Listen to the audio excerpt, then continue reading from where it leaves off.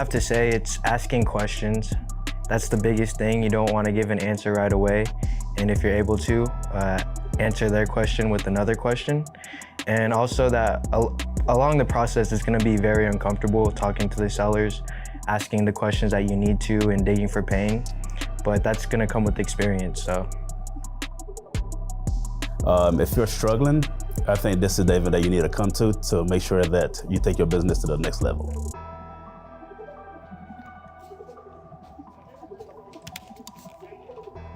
It's a good question, Steve.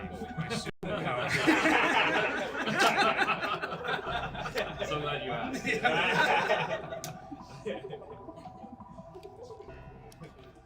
Welcome to the Disruptors Selling System. Obviously, I believe in sales. I'm teaching this course. I'm very passionate about sales, but I readily recognize that our sales stuff does not matter until we're able to market effectively. There's a saying that professionals sift and sort and amateurs convince. But when people think of salespeople, they don't get the warm and fuzzies. And so we need to make sure we're separating ourselves from what the typical salesperson sounds like. I don't know what it is, but it seems like every salesperson has that same melodic tune when they're calling people and saying, "How you doing today?" As you can see, we really try to do everything we can to not sound like a salesperson. Now, I fully embrace my role as a salesperson. Salespeople are needed in this world. In our program, you're gonna learn how to book more appointments from the existing marketing you're already doing. You'll learn how to get more contracts signed and ultimately learn how to get more of those contracts across the finish line, because we know we don't get paid for signed contracts, we only get paid for closed escrows. Let's get started. Hey, Steve Trang here. A lot of you have been asking me for sales management training. I didn't feel quite right teaching it, but I found the perfect guy to teach it for us. So Ren, tell us about it. Steve, we're going to be introducing some really intense fundamentals and philosophy behind the management of sales teams.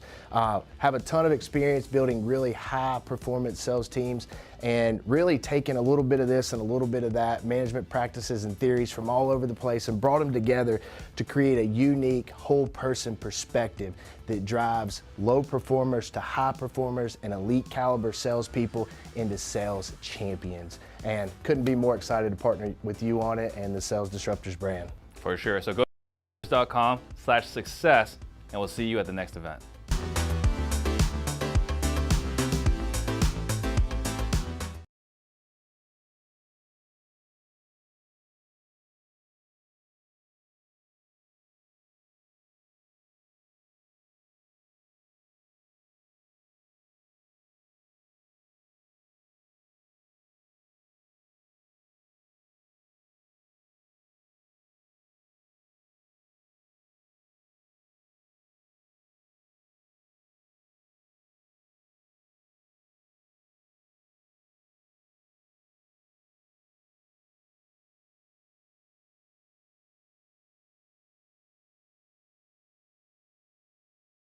Shout out to Steve Trang.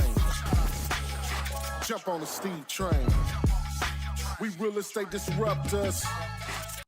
Hey everybody, thank you for joining us for today's episode of Real Estate Disruptors. Today we have Tina Tamborg back for the second time. Tina's with the Crawford Report.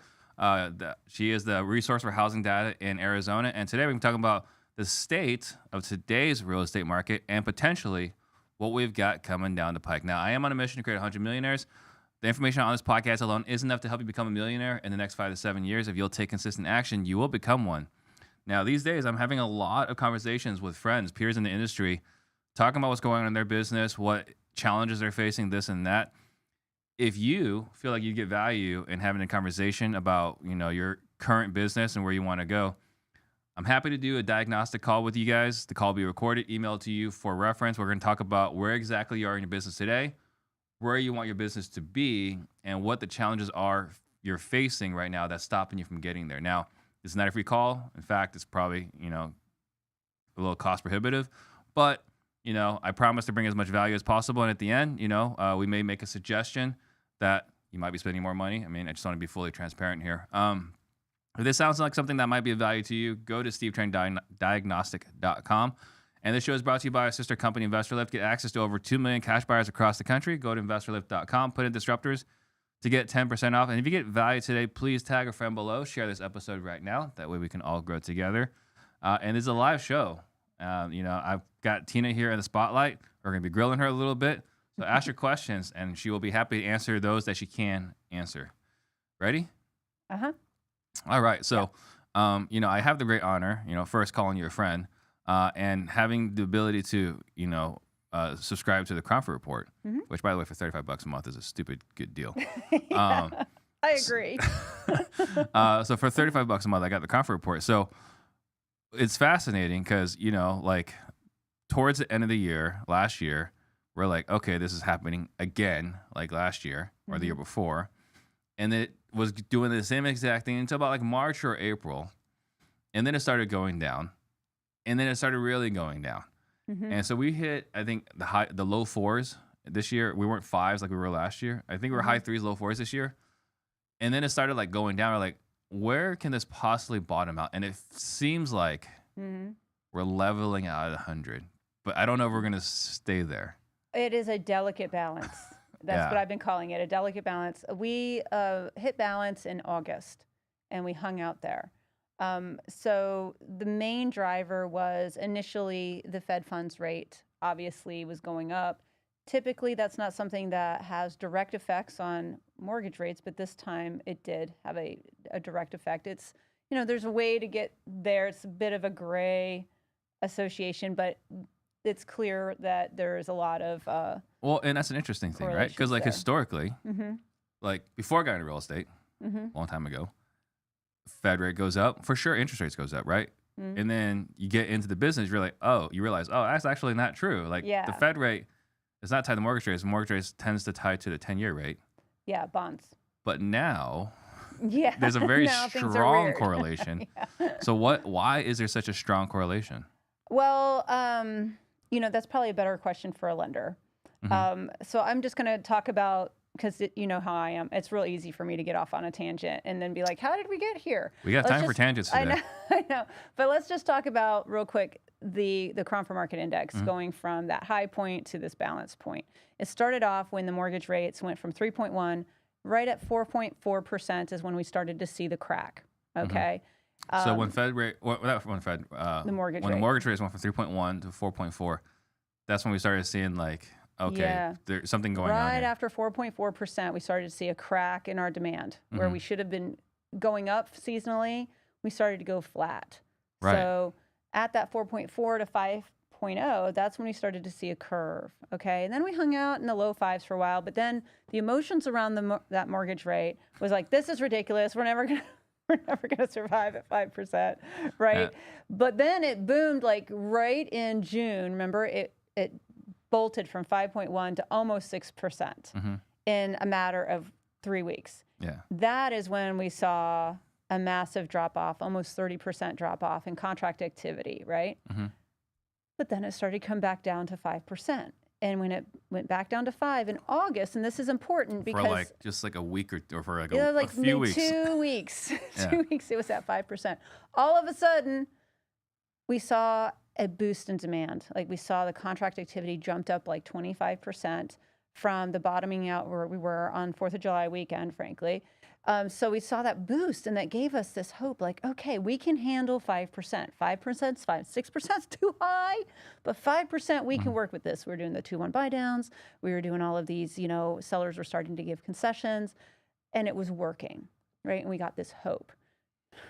And then in another month, it went from 5 points to 6 points, and then it popped down a little bit, and then it boinged right back up to 7 with all of this within a matter of 2 weeks. And what happened is we went from hope to despair, right? Because then at the 7%, our contract activity has now dropped off another 24%. Yeah. We're now hitting low points that we haven't seen since 2008. Now all of the despair headlines are coming. And so on our emotional side of things, the sellers have hit a level of despair. And in some cases, some of our industry has reached despair as well. Yeah, some, because they're like, I'm not going to sell a home in 4 days or even 30 days now.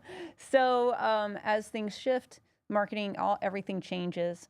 This is where we've often stated that true professionals are made. in markets like this. Oh, absolutely. Because, sometimes we work a little and we make a lot, and sometimes we work a lot and make a little. And we're kind of heading into that latter stage right now.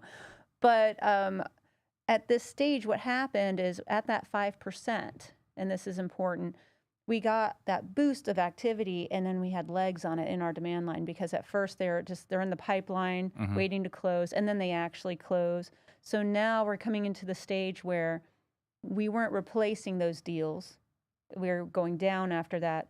So now we're not going to have as many in escrow. We're not going to have as many close going forward. So our demand information is going to shrink. And that's why at this stage we're gliding down. We're not plummeting, but we are gliding into more of a buyer's advantage. Sure. And it is possible that if these rates stay at where they are, we are going to continue to glide into potentially a weak buyer market, not a 2007 type buyer market, but like definitely leaning towards buyers. And this is really where the opportunities lie for buyers. And they may not feel that way, but if anything has happened, now 5% feels like an amazing rate, doesn't it? Now 5% feels great. So I know you can't predict what the market's going to do, but you're very glued into like what the other experts are saying. You're following certain industry experts. What are they predicting as far as rates goes, or what the Fed's going to do, but what the rates are going to do? From what I understand, from what I hear from people in conversations, specifically with lenders, they do have a lot more optimism about the spring. And I think part of that optimism comes from watching the inflation rates. And lately, the rate of inflation, not the year-over-year change, okay, the actual measure of there's two measures, by the way. There's the Consumer Price Index, the CPI, and then there's another one called the PCE, the Personal Consumption Expenditure, whatever. That's a newer one. So there's two of them, but that doesn't matter right now. The only thing that matters is both of them have been flat for 3 months. We're waiting for the update for September, I think tomorrow or the next day.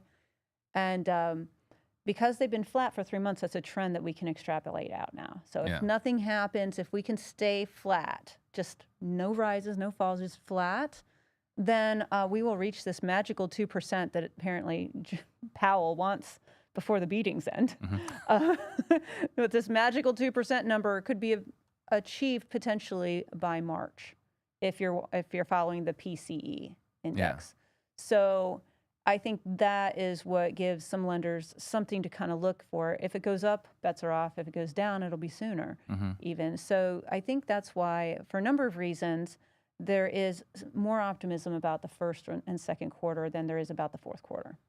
So the Feds are looking at the CPI, Consumer Price Index? No, the Feds are looking at the PCE. PCE. We tend to look at the CPI, the Consumer Price Index.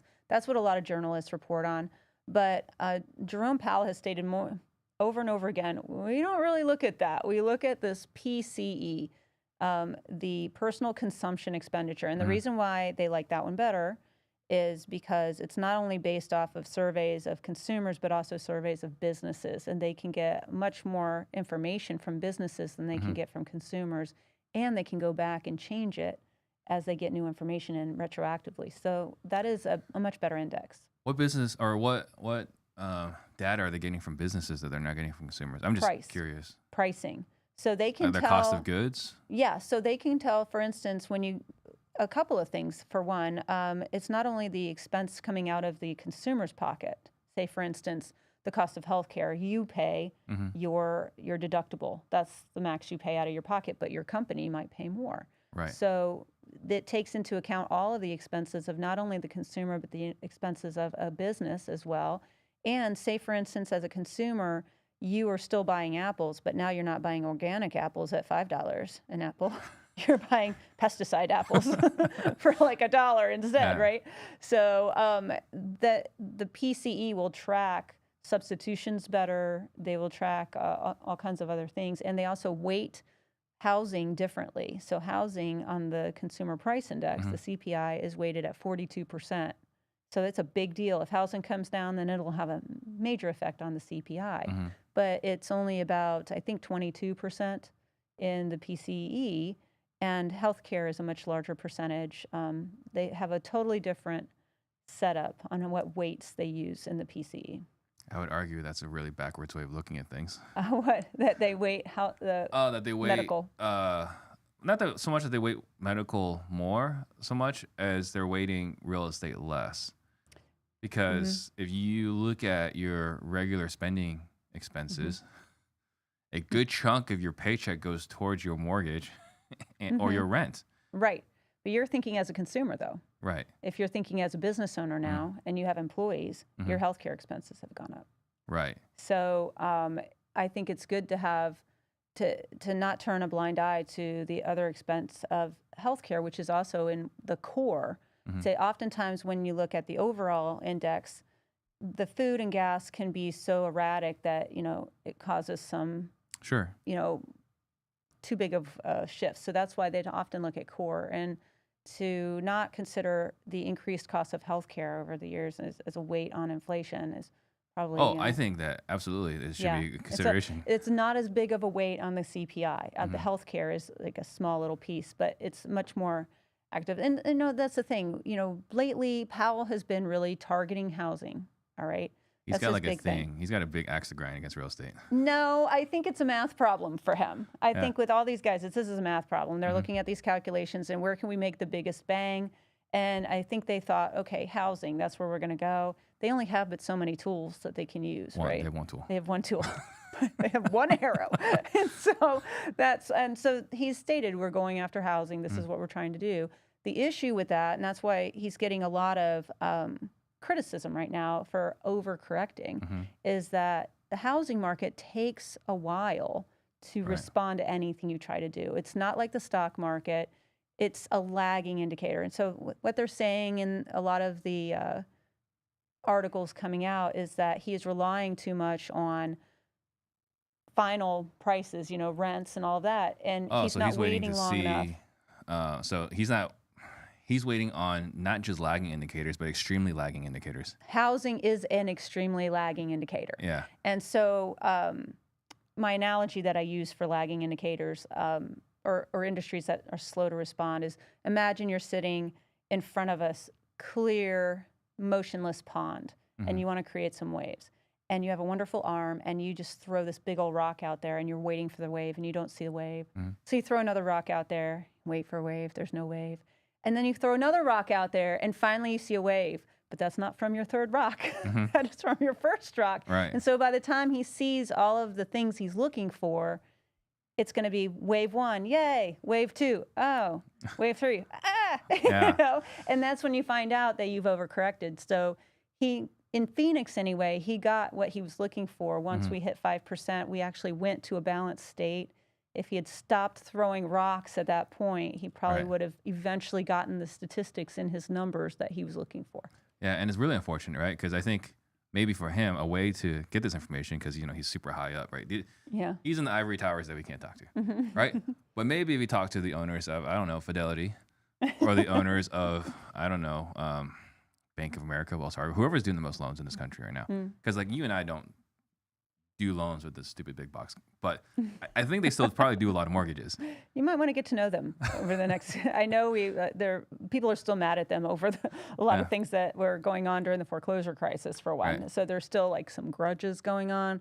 But I'd say that if anybody is going to be able to respond in lending with new programs, it's going to be the big banks. Yeah. But if there's a way he could just, you know, hang out, just, you know, pick up the phone, call the CEO of Bank of America and the CEO of like Fidelity National, whatever their company is, and just ask them what they're experiencing. Because you and I know a lot of people that are getting laid off, right? I mean, like I get to talk to, you know, people that do really well in title, and unfortunately, there are a lot of people that, you know, you look at. I've been comparing this environment to back in college in the weed out class. You know, look to your left, look to your right. You know, one of you is not going to be here, and maybe two of you won't be here, right? Well, my feeling on the lending side of things is, you know, obviously they've had a lot of layoffs. You can only lay off but so many people until you have to get some loans done.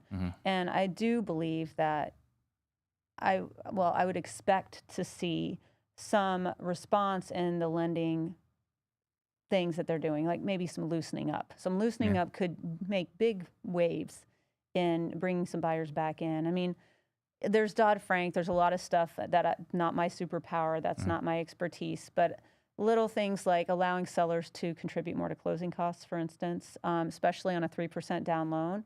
I understand there's some restrictions based on Dodd-Frank laws and so on about that, but that would open up a lot of things. You know, even just if FHA could loosen up on condo guidelines, even all kinds of things that could open up For more opportunities. affordable housing. For more affordable housing. Because especially in cities, and especially in Phoenix, a lot of these condo complexes are shut out from first-time home buyers because they can't get funding on them because too many investors or whatever, or the condition and things like that. So I would say that I think the lenders are most likely going to start trying to come up with new programs, anything that will help ease the sting of these higher interest rates and help people get qualified. I hear a lot about adjustable rate mortgages and so on. Oh my God, please don't.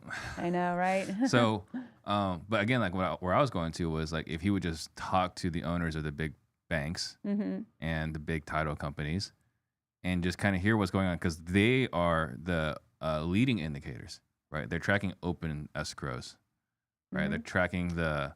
Well, they have only a part of, so they don't have the entire market. So remember, they only track people getting loans. They don't have they don't have the entire market, but they have data that can be closely correlated, right? I mean... Yeah, you can definitely in terms of new loan applications, you can, if you separate out the refinancing side of things and look at just, loans on purchases.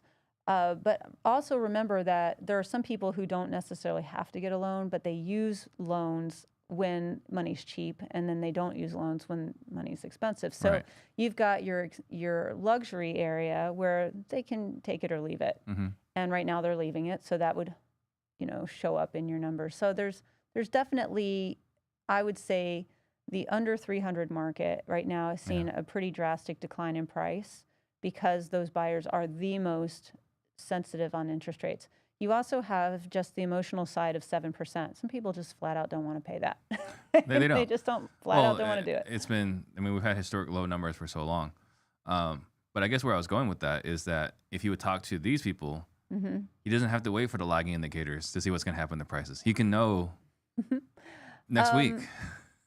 I would say that he could. But that's strictly on the demand side. So it only gives him one side of the equation if he looks at that. I think that's personally true. He should be talking to us. The people who, for instance, you need to know what your supply was historically speaking.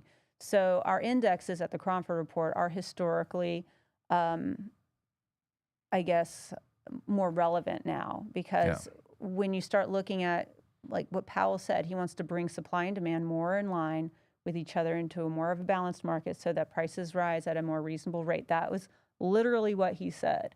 But the problem is the only analytic he's affecting is demand. So until he knows what supply is, he doesn't really know if they are actually in balance, even if he talks to the lenders. So that's why he should talk to us. And we could tell him that historically in Phoenix, that's right, $35 a month. No, actually, he can't actually get a subscription. We could get special permission from the MLS if he wants it. But the thing is that that we could have told him that supply and demand came into alignment in August, and at least in Greater Phoenix. We are only one market of an entire nation, so he's got to collect data on the entire nation. So the question is, when is what we're seeing in our marketplace going to factor in? And remember too, when the indexes talk about housing, they're not talking about the cost of a home or a mortgage. They're talking about the cost to rent. Right. So let's look at right now. We see like Phoenix got hammered hard. Like it seemed like overnight. Nevada's been hit pretty hard. It appears Idaho and California have been affected greatly. But all my friends in the Midwest, they're like, what are you guys talking about over there? Are you guys crazy? Do you know why we're so much more volatile than the rest of the country? Well, for one, I believe we were one of the first places for the large iBuyers to come out. So the Open Doors offer pad, Zillow, Phoenix was one of the hot spots for that corporate flip model that was being tested out before it went out to all these other places in the nation. And I don't know that they really went into the Midwest a whole lot. Yeah.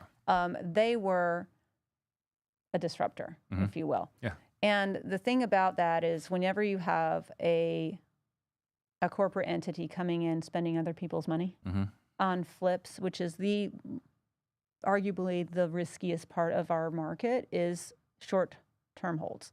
So they're going to take a lot of money, a lot of other people's money, and spend it on short-term holds.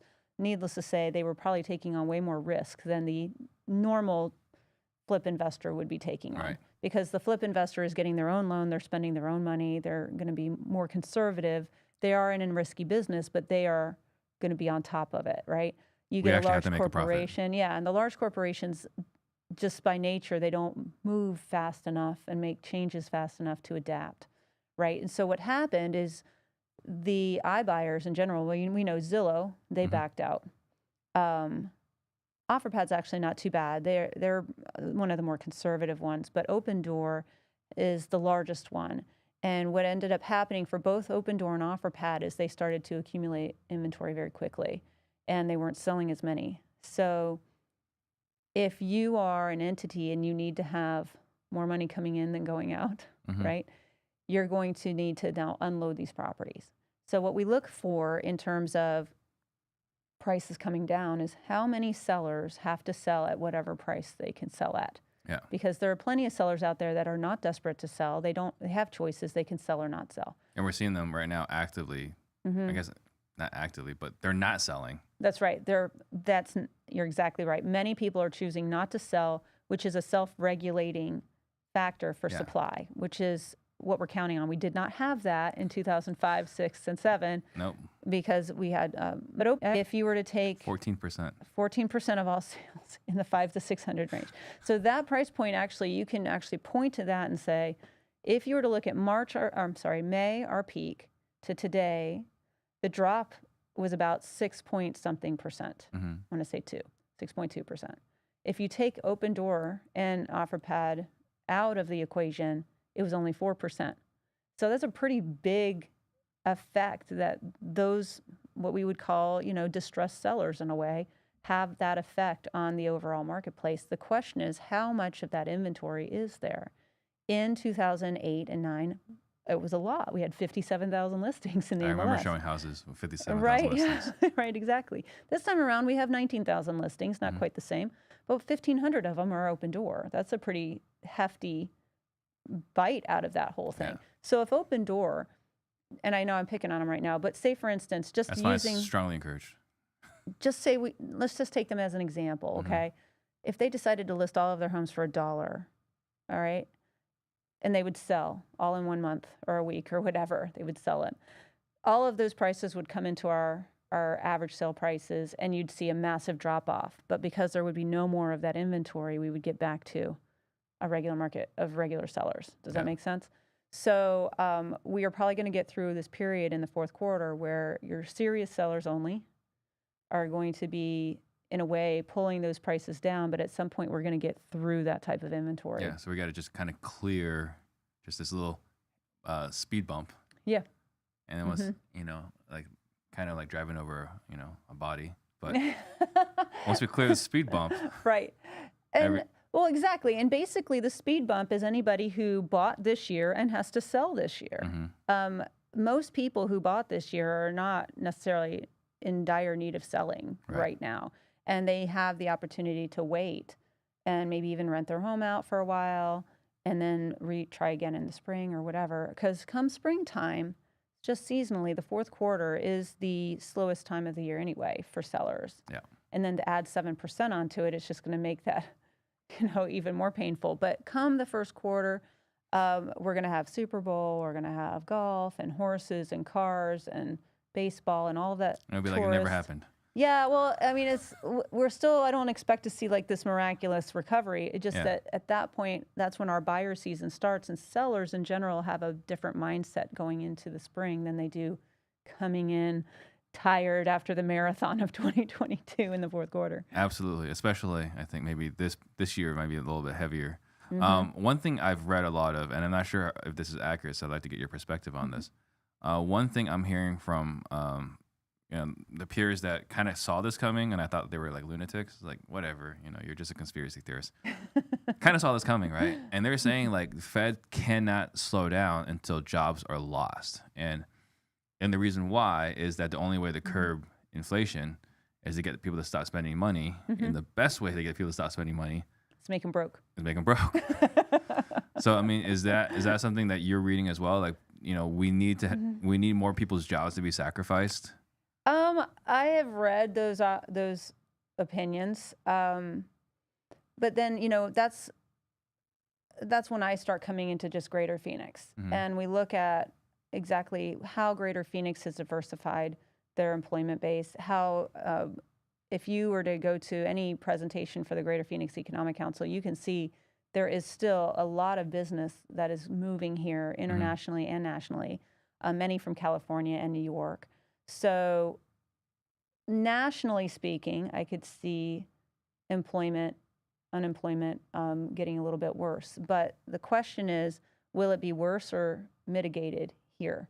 And I believe, and many of the economists here in Greater Phoenix believe, that the diversity that we have seen through a lot of the good work of GPEC means that when we lose jobs in real estate and lending and tourism or anything like that because of economic woes, there are other businesses that are actually looking for that type of talent to ease the blow of it, if that makes any difference. Because back in the day, during the bubble and the crash, all of our jobs were construction, we are one industry. real estate, tourism, low-end call centers.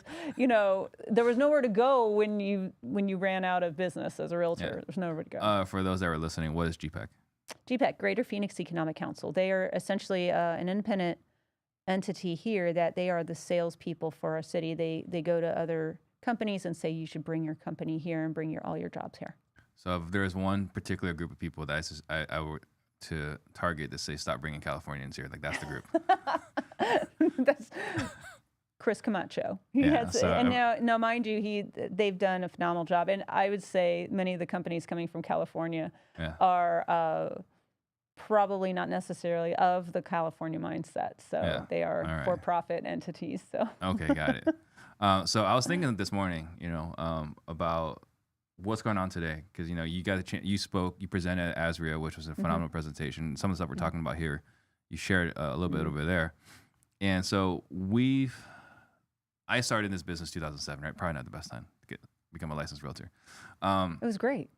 But I remember, I can't remember what years exactly. Maybe it was 2010, 2013, sometime around there. So I meet with you, you're a homeowner, and I get a listing agreement, right? I get my 6% commission, right? And then I throw it on the market, and it sells the first weekend. Nice. What typically happens? What was the homeowner's response? Oh, they usually think that they priced it too low. Yeah. You sold it too fast.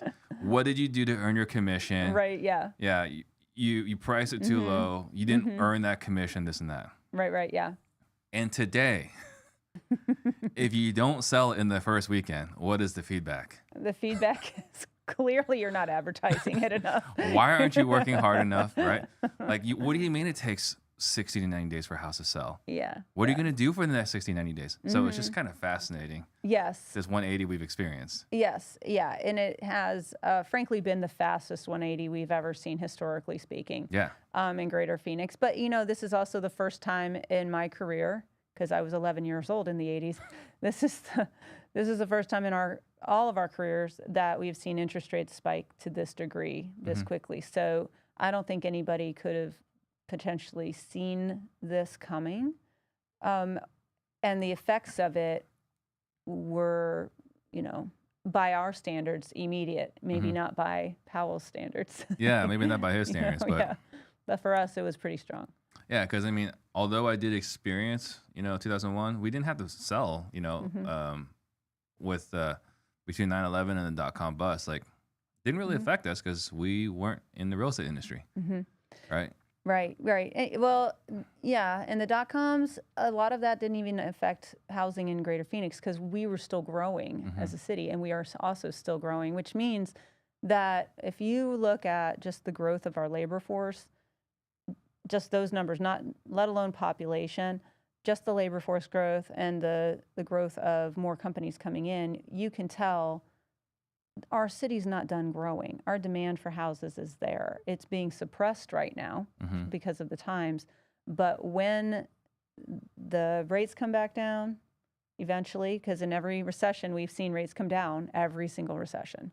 So, and sharply oftentimes. So the fact is that most people do believe that rates will eventually come down, maybe sooner than some people think. But when that does happen, we've already seen demand pop up from that. Yeah, we saw it for a blip in And August. as long as our employment is still pretty decent, you'll most likely see a big boost from that, because even in that 5% time, we saw a big enough response to that we know they're there. Yeah. We know they're there. It's just a matter of getting through this time. Yeah. So I have another question for you, and you might hurt some feelings with this one. Oh. Who's worse? Oh, no. The COVID realtor with no experience, Okay. or the traumatized realtors like myself who made it through the last recession? Who's responding worse in this environment? Oh, I think they're both equally, they're equally stunned. Yeah. I would say the new agents coming in might actually have an advantage, only because, You think so?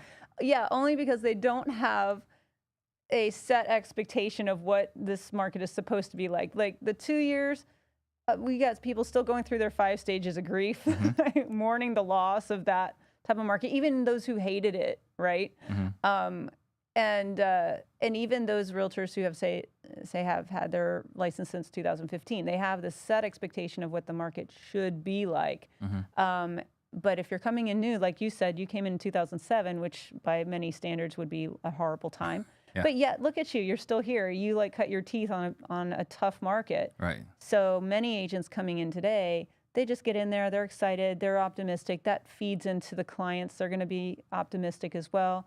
And you might find that these people do even better. Yeah. Possibly, or not. We don't know. I think we should probably, if there's a way that you guys can pull this data, right? Like, you know, who's better? The realtor has been licensed since 2020, or the realtor has been licensed before 2007? As far as negotiation, right? As far as like list price to sales price to original listing price. I'd be curious to see this statistic, because Okay. right, because we have Matthew Potter, right? He's here with us over at Real, and he's working with Tricon, and he is just steamrolling these agents and getting these What's outlandish. Tricon? Tricon is the biggest fund I think that's still buying right now. Okay, got it. Yeah, and he's like, they're just kind of like rolling over. So, and he's in his experience is those that have been licensed for less than 2 years, where this hasn't sold in a week. Yes. So I would say that the agents that have only ever seen the last 2 years probably don't have the experience of all of the different marketing tools and patience of having a listing for longer than a week or two, or now a month, and maybe might not have that negotiations, because we've been selling for over list price for so long. Yeah. They haven't had to deal with negotiations under list price. All you had to with say was like, "Is that the concessions. best offer you can make?" Yeah, right. I know, right, exactly. They're like, you're going to have to go higher than that. But yeah, but now they're looking at, okay, now you got to prep your seller for, we're going to have 2 price reductions probably. Then you're going to get below, right now we're running at about 2 to 3% below your last list price as your final price. And you're most likely going to have a concession, with the median concession right now being $6,000. Yeah. So realistically, we're going to sell for 90% of our final list price, not the original list price. Just Probably. 2 to 3% less than our Yeah. final list price, and probably 6, maybe 7,000 or more in concessions. And pretty much, if you're still listed by December, expect to have a big wave of lowball offers, offering to close in a week for way less than you want. All right. So if you're an investor, December is the time. Well, yeah, I would say for those kind of entities that do like to have, fourth quarter results in terms of sales. So you're looking at builders, you might be looking at iBuyers as well, that I would expect them to have a little bit of a push towards the end of the year to try to get as many properties sold as they can. So you may see some incentives come out. Got it. So right now from the audience, we got R. Sturble. Gas prices are going to make it seem like there is inflation. What are your thoughts on that? What about gas price? What? Gas prices might make it seem like there is still inflation. So how much is inflation calculated into the PCE? So you mean gas prices? Gas prices are, which is transportation, because gas is literally in everything. But transportation, if that's what we're going to focus on, is a lesser weight on the PCE than it is on the CPI. But again, if you look at core, which is often what the feds are looking at, is core, they take gas and food out to keep the volatility down. Seems kind of backwards, or it seems counterintuitive. Well, they look at both of them. But right now, the overall, even with gas and food in there, that hasn't moved for 3 months. So that's so even if prices for homes or rents for home come down and gas goes up, as long as that index is leveling off, then we're in good shape right now. Got it. And then Dustin Rule shares that there are iBuyers all over the Midwest. So I didn't know that. I knew they were in a lot of markets. I didn't think they'd be in the Midwest. I thought they were in like the giant metros. They are, well, here's the thing. They started in Phoenix, many of them did, and way back in 2015. So we've had them probably the longest. Yeah. So so we have intimate experiences with the iBuying. I've got theories as to why people, why they all like to start in Phoenix. I'm curious to hear what your theories are. Well, I think that, I'm not exactly sure, other than with Phoenix, the analytics are a little bit easier here, for one. We have one MLS instead of multiple MLSs. We have one very large county that has multiple cities with one county recorder's office. That's not normal. Many areas have multiple county recorders. And so getting analytics on housing in some of these cities for both supply and demand is a level 10 difficulty. Here, it's a little easier to maneuver. Yeah. We did try, we've expanded to Albuquerque, New Mexico. We did expand to Oklahoma City. And what we found was that all those other markets, their title, or the ones that we expanded into, the title process is a freaking nightmare. To figure out who owns the property is like months sometimes. Whereas here, if I call my title department, I can within 24 hours, so long as it's not a crazy title, know who's on title. We actually have a award-winning county recorder's office, nationally renowned recorder's office for the county of Maricopa. So I feel extremely blessed for that as an analyst, because they record more information than most recorders do. And for us, that made us very easily able to identify back during the foreclosure crisis how many properties were actually owned by banks. Remember that shadow inventory type thing. So we have a way better time of trying to filter out, certain types of buyers and owners here. I do like that you did the finger quotes for the shadow inventory. There was just these constant things, but the shadow inventory, right? That never happened. Josue on YouTube wants to know, is there a link to your service? Like, how does someone find out how to use your services? So the Cromford Report is, we have a data license with the MLS. So here's the thing. We have an obligation of that data license to only give subscriptions to our service to their members, so their real estate agent members specifically. We do have a side piece, Cromford Public, that's based off a public record that's not linked to the MLS data license, that a normal individual, like any individual, can get a subscription to that. It is $240 a year. You're going to find the data is a little bit lagging because it's public record, and we have to go through a lot of cleanups and coding and stuff before we release it. So right now it's up through August, but you will get all kinds of good information on flips there, because those happen often outside of the MLS.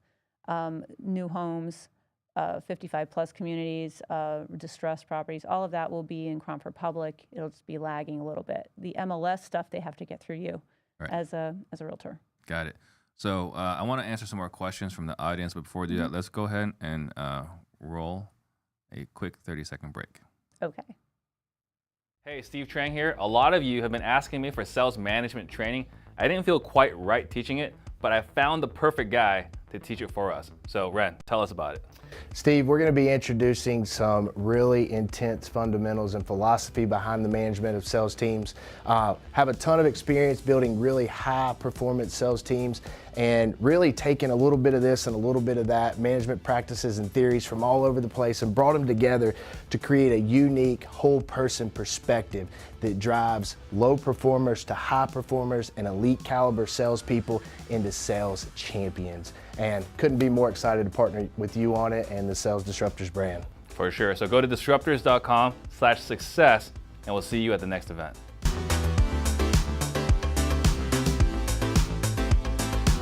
Hey, Steve Trang here. All right. So, again, guys, please ask your questions. So, one thing that we've seen with Open Door, and, we keep picking on them, there was a fine that came down for Open Door. So what was that fine that came down for Open Door? Are you talking about the fine from their 2018 and 19? Yeah, the FTC or whatever. I want to say it was like $63 million, but it was a while ago, and so I'm not sure if my memory holds, but it was somewhere around there. A healthy amount of money for some people. Yes, but after you've lost $1 billion, I'm not so sure or something like that. So forgive me if I got the number wrong. Sure. But that class action lawsuit from back then, those activities, they didn't have anything to do with the most recent activity. It had everything to do with the fact that they were advertising in 2018 and 19 that if you were a seller and you sold to them, you would make more than if you sold on the MLS. And apparently, that was proven that that was not necessarily true in all cases. Now, it was totally true in probably the last year or so. But back then, that type of advertising is what they got dinged for. Right. And then they just got another lawsuit. It was a class action lawsuit. What do you know about that? I'm not sure. I heard some rumblings, but I think that just came out in the last day or so. So I'm not as up to speed on it. But is that the one that was put out by their investors? Yeah. So basically what they're saying is that Open Door appears to have lost money on 42% of its transactions in August of 2022, which is not surprising. Actually, I do have the numbers in Phoenix to support that.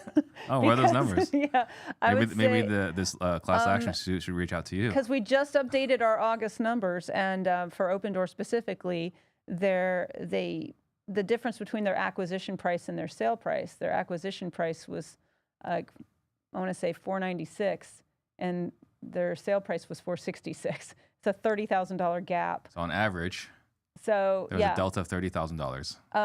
Yeah, pretty much. That's the first time we'd ever seen Open Door's analytics cross like that. They'd gotten close in the last quarter of last year, but that was the first time we've seen it. You know how many houses that was? Not off the top of my head. I know right now they only have just under 300 in escrow at this point, and last month they had as many as 400 in escrow just for Greater Phoenix. Yeah. But they had 1,800 listings active at the time. So. Let's see. Let's do some quick math here. I apologize, everyone. I'm completely violating all my stereotypes here. So 300 times 30,000, $9 million loss. Well, I would go 400 because they had as many as 400. I don't know their exact closings because that number, I just saw the August number like a day or two ago, so I haven't memorized the stats yet. So $12 million for 1 month. I'm not going to be quoted on that, but we'll let you have your estimate. I'll get the math done and tell you whether you're right. But in general, that's a big gap for a flip company. And we've stated over and over again that the flip model doesn't work very well in balanced markets. That was a huge flag. But as we said before, large corporations often do not respond quick enough to market shifts as they should. And I think that's where Open Door got caught. So I know you can't predict the future. How do you think things are going to look? I mean, so we got Q4. We're in the middle of Q4. We're in the beginning of Q4. How are things looking right now so far in October? Right now, so far in October, we are seeing a definite response to the 7%, which just hit within the last few weeks, right? So we've been hanging around there. We are seeing our contract activity is still on the decline. So that tells me that we are most likely going to be sliding into a buyer's market. Typically speaking, seasonally adjusted buyer's market, which means it's not just about, hey, this is the fourth quarter. It's usually down a little bit. We're going to be down more so than normal.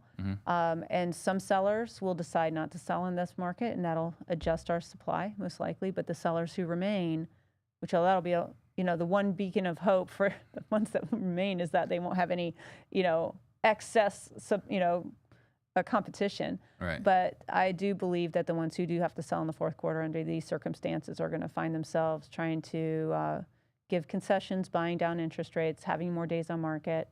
It's not a bad idea if you have the ability to do so, to try out, say October, try it out for a month, see it up until Thanksgiving. If you don't get anything, but you tested the market out, take it off the market and then try again in the spring if you have the ability to do that. Yeah. I know I've asked you this question before, so I apologize I asked this again. Can you just explain what seasonally adjusted means? Seasonally adjusted. Well, for us on the index, we look at when we look at demand, it's everything that's under contract. What's UCB, which is status, under contract taking backups, everything that's contingent, everything that's under contract plus sold comes into our demand line. And we have demand data going all the way back to the year 2000. And then we do the same thing on our active counts. We look at how much is active, what are we used to seeing active at this time of year, going all the way back, 20 years and adjusting for the size of our city and all of that stuff. So when we say seasonally adjusted, if you see demand is 20% below normal, we have that normal line, and now we can say what's normal for this month, we are 20% below that. Does that make sense? Yeah. So that's a seasonally adjusted. Got it. Because I always see that in the news, and I'm like, what the heck are they talking about? Yeah. So for the people that are listening or watching right now, I mean, what advice would you give, if you were either wholesaling or flipping, what advice would you give that audience? Condition is going to be very important, but maybe not over improving a home for the surrounding area. Some people might be going for a home that's clean, slightly outdated, but still clean and in their budget, right? So cleanliness, curb appeal, all of that. If you have a fixer-upper home, the dump your junk season is over. There's no more dump your junk season. Yeah. So those homes won't even see a contract. Yeah. But just make sure your home is clean, relatively, updated, not super hideous, smells good, all of that stuff. That's going to be important. I would not test price. Most people are not even going off of comps now. You can't go off of comps. You have to go off of what's active. Yeah. And at this stage of the game, we're at about February pricing. So if you do have comps, by the time December runs around, you might be looking at January comps for your property. But for the most part, you're going to want to be taking off from, if you've got a May comp, you're going to be coming in below those comps or below even August comps at this stage. So we've been dropping at about 2% per month so far. So you're going to want to be very attuned to what's currently active as to where you're pricing your home. Yeah, I remember when you were here last, it was maybe 3-4 months ago, and you were saying like you anticipate that December to December will be flat. Possibly zero, which basically eliminates all of the appreciation that was achieved from January through May. Yeah. And that only really affects people who purchased from, this year. Yeah. Essentially. So here's another interesting stat. 66% of all homes in the MLS that are not new build have been owned by somebody for at least 2 years or longer. So while this is very sad and it does affect a lot of the people who bought this year, most of those people are not selling unless you're flipping like Open Door or somebody like that. Many of the sellers have still 40% equity from the time they bought it. They have the means to supplement buyers and to shoulder the costs of selling right now. Got it. So Lado on YouTube wants to know, how is the commercial space doing during this time? Are you paying attention to that? I am nowhere close to commercial. I am strictly residential housing. That's my superpower. Got it. But I will tell you this, commercial usually follows residential by about 2 years. We have seen that. Yeah. We have seen that. I'm curious though, like how at least, a lot of the funds in multifamily, they're buying based off of what they can borrow at, right? And if what they can borrow at increases, then the value of the property has to go down because they can't qualify as much, or the loan doesn't go as far towards purchasing power. So I'll be curious to see what happens. But I do have. If you want to interview somebody in the commercial space, I can refer you to someone. Cool. And then anything else? We were kind of joking like we were traumatized in the last recession. Yeah. But you've been in the business longer than I have. So were you involved after was it the 9/11? Were we affected badly by 9/11 as a real estate market? No. I don't remember. I was in. I had been in the industry by 2001. I had been in it since 1993. So about a decent amount of time, and I would say that it was almost on price for us. No effect. No effect. No effect for price. So, is there anything else for people that are watching this that you've seen that happened in 2007 through 2011, how that might affect things today? Any takeaways from that time period that might translate today? The one common denominator that I can find between the past and today is Wall Street. Anytime Wall Street gets involved in residential housing, they screw it up. Right. Okay, it's kind of like you're having a party, everybody's having a good time, and then that one crazy friend comes with tequila, and they start every now and then the loud music comes in, and then the police come. So that's essentially Wall Street comes in, they start spending a lot of money, they start influencing certain aspects. Back then, it was mortgages they were investing in, having the big party there. This time around, they're having the big party with long-term holds and flips and all of that. What happens is when they start affecting price to where price goes up too much too fast, you get the eyes of the government looking at that going, that ain't right. So first Wall Street screws it up, and then the government screws it up even more. So it's like the police coming in and shutting down the party. So it's Wall Street, then the government, and then the Fed. Federal Reserve. So the party from 2005 through 2007 was met with Dodd-Frank, and then now this last party has been met with rising interest rates and the Fed funds rate. Yeah. So. Got it. Dustin Rule here again saying that they love the Sunbelt states. So as long as it fits 1980 and newer, then those iBuyers are buying. Lotto wants to know, are home builders canceling? So that's an interesting question. I'm not sure exactly what he means. So you want to let me take a stab at it? If I can, let's just address that iBuyer comment. When I say iBuyers, I'm not talking about institutional buyers buy and hold. I just want to make that very clear. iBuyer came out as a word for internet buyer, and that was when Open Door came onto the scene. And so when I say iBuyer, I'm talking about corporations that are buying and flipping. I'm not talking about institutions, which would make sense. Some people would think that. Institutional buyers that are doing long-term holds, that is not what I'm referring to. So just for the record. Now, what was the second question? Home builders. How are you seeing this play out with home builders? So home builders actually, they were the ones that started coming out with the 2-1 buy downs right off the bat, right around July. And just recently, and again, I have another analyst if you ever want to interview somebody on new homes who specializes in that. But R.L. Brown, Jim Daniel, I talk with him about once a month, and he said he was starting to see builders were actually doing pretty well with their incentives. So even though we're in the areas that they're in, they're considered buyer markets like Maricopa, the Buckeye, those areas, those are generally pretty slow right now. The builders actually have been winning the war a bit on that, where they have been selling more than they've been permitting in the recent months. So I think many builders are doing okay, especially those builders that have acquired their land at a cheaper rate. So I believe most of them will come out of this. They're just hanging tight. Yeah. So as far as we were talking about October, so interest rates being high, definitely affecting demand. So do we think that's going to affect the entire quarter? Because, I mean, is there any good reason why interest rates would go down, mortgage rates would go down in the next quarter? Well, I wish I could predict mortgage rates. That would be so awesome. So that's why I've been watching. That would be really helpful. It would be so helpful, right? If we see any kind of improvement in the inflation rate, potentially.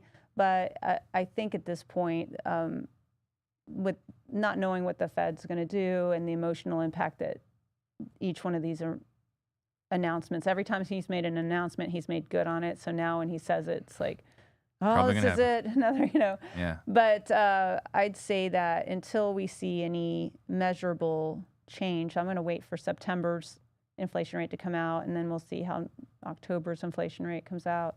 If we see any kind of measurable impact on that measure, I think hopefully we'll start to see an easing up. But right now, I can't predict interest rates. They're so volatile. It makes it difficult to do anything past a 4 to 6 week prediction on where the market's going. And right now, it's only going slow.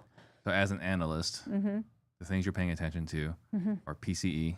Yes. Because that's the one that Jerome's paying attention to. Yes. I'm watching whatever Jerome's looking at. Yeah. So Jerome's looking at PCE. So you're looking at PCE. And that's going to give you an indication to what's potentially going to happen with the rates. Potentially, what he's going to do, and then emotionally, what the rest of us are going to do. Yeah. But I'm also watching interest rates every day. Got it. What, let's say he follows through, because he's saying 75 bips, right? Either 75 bips right now. Some people are speculating maybe 50 and then 25 next time, right? Yeah, I think he's going to find the law of diminishing returns on that, because I think he had the biggest bang once he went over 5% into the 6% range. Now everything after that, you might knock a few more extra people off, but the majority of people that are going to be knocked out have been knocked out. Yeah. So you don't think that interest rates going 8% is going to make things any worse? No, it's already it's already bad.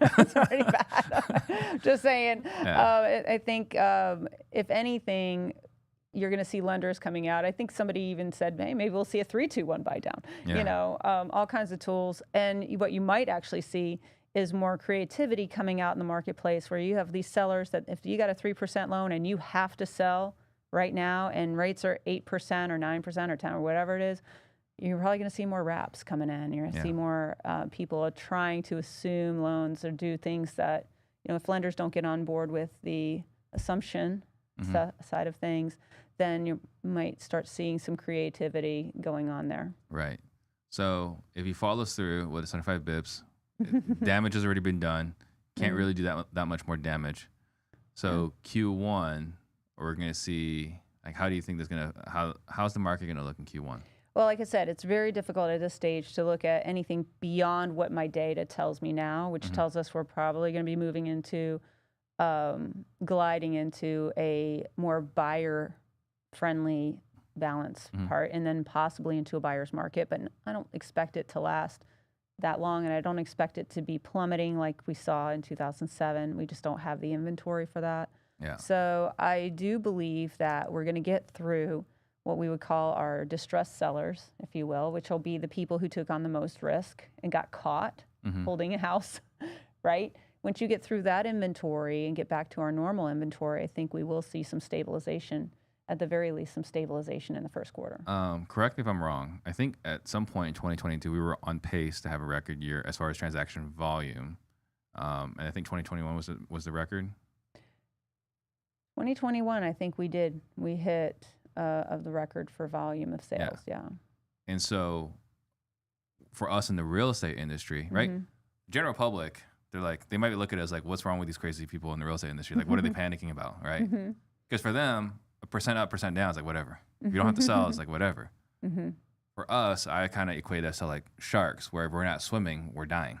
Right, and that is exactly, so when we start talking about panic or despair, there's a big difference between the experience of a seller and a buyer in this market, which is balance. It's like, okay, so I'm on the market a little bit longer. I don't get what I want, but I'm still coming out of it with money. The buyers are like, I have all these homes to choose from. I mean, I have a higher interest rate. That's terrible. But if you can still buy and you expect to refinance, then your experience as a buyer and seller is not really that terrible.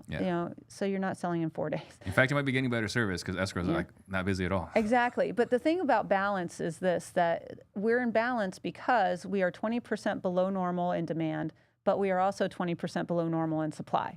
And so when you have the least number of new listings coming on the market now that we've seen going way past 2014 now. We have a trickle of new listings coming in, which means you have a bunch of bored agents.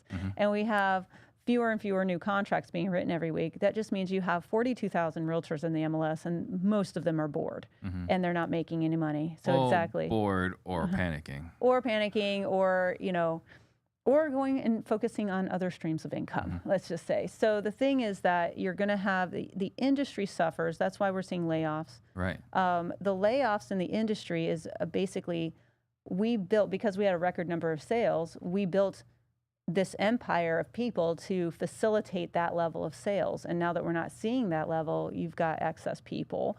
Right. And that's why we're saying the industry in Phoenix, there are other industries that are growing while real estate is shrinking right now to adjust to this new one. Now what's will happen is this is you could argue that this is a disruption. This interest rate thing is a disruption. And then when that disruption is released, we will go back to where we would have been anyway. And whoever's left in the industry will probably get pummeled with all of that excess and demand. I've been saying, you know, like my message has recently been like, you know, this is the time to survive. And in Q1, Q2, I was saying Q1, now I'm saying Q1 or Q2. Right? Q1 or Q2 would be the time to thrive, because that's when all the competition will be gone. Right? Because again, this is the weed out class. This is the looking to your left, looking to your right, and you know, one or two guys aren't going to be here. Yeah. And you know, and this is not necessarily a bad thing. Sometimes people go off, they do something else, and they become wonderful referral sources for the people who are, you know, still here. And then they might keep their license active and collect referral fees as they're on whatever path they're on. So, what do you think? We can't predict prices because we can a little bit. They're going to go down. You think they're going to go down? Yeah, in the next 4 to 6 weeks, yes. Oh, in the next 4 to 6 weeks. Yeah, But yeah. 2023, we don't know. Oh, no, we can't. Yeah, Right. That's too far out. Do we have any way to predict what volume is going to be like, transaction volume is going to be like? Well, that's when we get into seasonality. So typically speaking, transactional volume is at its lowest period in the fourth quarter. Come the first quarter, again, that's when sellers get hope, because that's our buyer season. That's not the nation's buyer season. That's Greater Phoenix's buyer season. Starts in January. You know, you get the golf tournament, you're going to have the Super Bowl, you're going to get the traffic.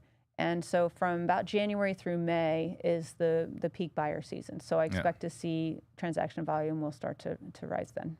Will it be anything like we've experienced the last couple of years? No, I don't expect another 2020. Hopefully not. Stay well, people. No viruses, please. So not another 2020, which was a total anomaly year anyway. 2021 was, here's the big thing. 2021 was fueled by Wall Street investors, because we went below normal affordability for the population in June of last year, but yet our prices continued to rise because we had all of this competition with, you know, Open Doors, Zillow at the time, and they were selling to Wall Street firms that were, you know, buy and hold. So they were fueling the last part. If they don't come back in that kind of vigor, you're not going to see the same 2021 in 2023. Got it. Let's see. So Mike J is asking, you were saying that some industries are growing in the Phoenix market. What industries are growing in the Phoenix market? Semiconductors. Well, we have Taiwan Semiconductor coming here. They've got a bajillion cranes up in North Phoenix. The ripple effect of Taiwan Semiconductor, the largest semiconductor company in the world, coming here is that all of their suppliers are coming as well. So you have a lot of high tech coming in. They're filtering in at that I-17 and 101 in the North Valley. They're also coming in and filling in the gap between the 303 and the 101 out by Goodyear, Buckeye, out off the I-10. So we're seeing all of these locates, if you will. That's what the GPEC calls them, locates. All these new corporations that are just dotting up and down the I-10 and along that I-17 in relation to that. So we've got semiconductors. We also have healthcare we've been expanding here in, and a lot of biotech has been coming here. So all of these high-paying, high-talent industries coming is creating a nice balance for us. Yeah, and so, you know, Tina and I, we've been in the mastermind forever, you know, Matt Merritt's mastermind, and we'd always talked about this, and forever it seemed like the only other industry we had was memory care. Yeah, that's right. We were getting a lot of 55-plus communities there for a while. So we're expanding even further. Well, and to that point, our demographics are changing. So we used to be the retirement place. And so when you're a place for people to retire, you don't see a lot of income growth because they're all fixed, right? So, and you don't have high birth rates that way either. Now we're getting younger talent in terms of labor force coming in, which means that you're getting people in the middle of their lives, like families coming in, and a younger demographic, and that definitely changes things. And we're going to be getting a more diverse demographic in that you're getting Taiwan Semiconductor is going to be bringing more diversity into those areas. So just think about what Intel did with Chandler and Gilbert and Awatuki. Then Taiwan Semiconductor is probably going to have the same effect on like Anthem and North Phoenix, Peoria, and even going out towards Wickenburg. Yeah, for the longest time, when people asking about the Phoenix market, I kind of like, well, like Chandler and Gilbert, it's kind of like the engineering area. Yeah. Right. And Scottsdale's kind of like the financial area. I guess and medical.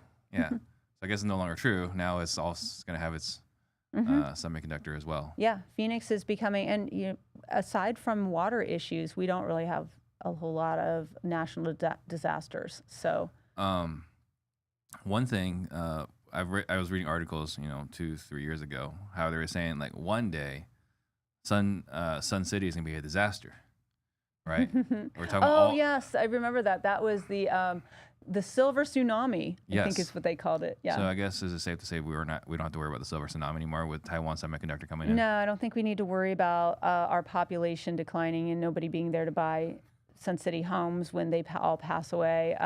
That was kind of that whole thing where, those homes were going to be vacant because everybody's going to die and there's going to be no birth rate or whatever. Yeah. I don't think that's going to be an issue for us in the short term. All right, so no more concerns about silver tsunami. Not for today.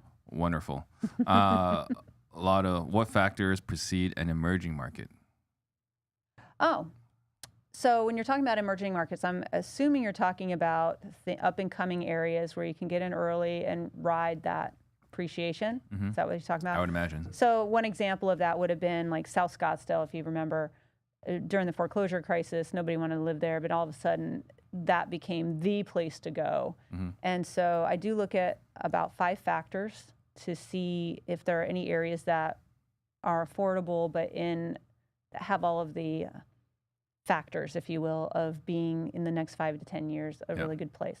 One of the factors is close to an employment center, close to an entertainment district, close to open space, like a park or like any kind of, preserve area, centrally located, close to a freeway so you can get to wherever you need to go within about 30 minutes, and close to the airport. Those are my 5 things that I look for. And so if I were to pick any area that fits all of those right now, I would say South Phoenix. With South Mountain there, you can see Levine has been going crazy. Has been doing quite well during this period. Well, with the 202 wrapping all the way around. Yeah, there's new development in there. You can get a home that would cost well over $1 million in Scottsdale for $700,000, $800,000 down there. Yeah, I mean, South Phoenix has always been surprising to me. It just it has all those things. But they didn't have the freeway. It wasn't until the freeway broke through and actually got completed that they started to see some explosions down there. If I were to pick another area, there's going to be areas around that Taiwan Semiconductor that, if they're still affordable now. And another one I might look at that kind of has some of it would be Sunny Slope, but I think they're kind of last on the list for right now. But again, those would be like 5-10 year plans.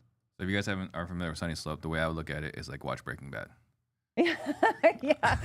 But it does. They're central. They're kind of they have a preserve. They're kind of close to the airport. But yeah, I think they have a ways to go. Yeah. Though. But those are the things I look at. So right now I'm focusing on the gentrification, if you will, of the South Phoenix areas. Yeah. What surprised you in the last few months with everything this hysteria that we've had? What surprised you the most? Oh gosh. I think I will say I don't know that I thought rates would go all the way up to 7%. That was, and so quickly to see them go up. It's one thing to go from 3 to 6. I was like, okay, well, if they just stay here for a bit, I don't think once they went down to 5, to see them go to 7 within literally less than 2 months, that was surprising to me. Do you think we can get to 9? Mm. Because I have people ask me this guy. I mean, I anything want to say no. happen. Anything could happen at this stage. Yeah. But whether or not 9% is going to have any more of a negative effect that 7%'s had, probably not. But remember, though, that there are still plenty of people out there that have enormous down payments, that those extra points might throw some extra dollars on the end, but that's not something they can't afford. Yeah. It's just mentally they don't like it, and so they have to feel pretty confident that those rates will come down and they'll be able to refinance. We had the rates going up even before the Fed announcement in June, right? Like you look at the Cromford Index, even like March, it was starting to bend, and the interest rates were starting to creep up. They were creeping up in January, actually. Yeah. What caused that? Well, like I said, it has something to do with bonds. And so one of the things that you can look at is the Credit Availability Index that's put out by the Mortgage Bankers Association. I watched that one as well. That's basically who's buying the loans from people, you know. One thing to know about that is it's been getting tighter. And once it gets looser, then you can start to see a little more loosening up. Yeah. But right now, credit is really tight. And one of the reasons is, and you would expect that, at 7%, you'd think, let's buy that mortgage, right? That sounds like an amazing return, blah, blah, blah. But the fact is that these investors that buy those mortgages make most of their money in the first 3 years. And there's no prepayment penalties now, like they were back then. So if they believe that that mortgage is going to be refinanced within the first 3 years of that loan, they lose money. And so even at 7%, these mortgages aren't very attractive. Yeah. And so I'm thinking if they think mortgage rates are going to come down, then I think I will expect them to come down, because these are people who are buying these things. So I would be watching that to see if we see any kind of loosening up in the credit index. The one good thing from the interest rates going up the way it has this year is that I'm finally right. Since 2007, I've been saying, like, I don't know how long interest rates are going to stay this low. It's going to go up.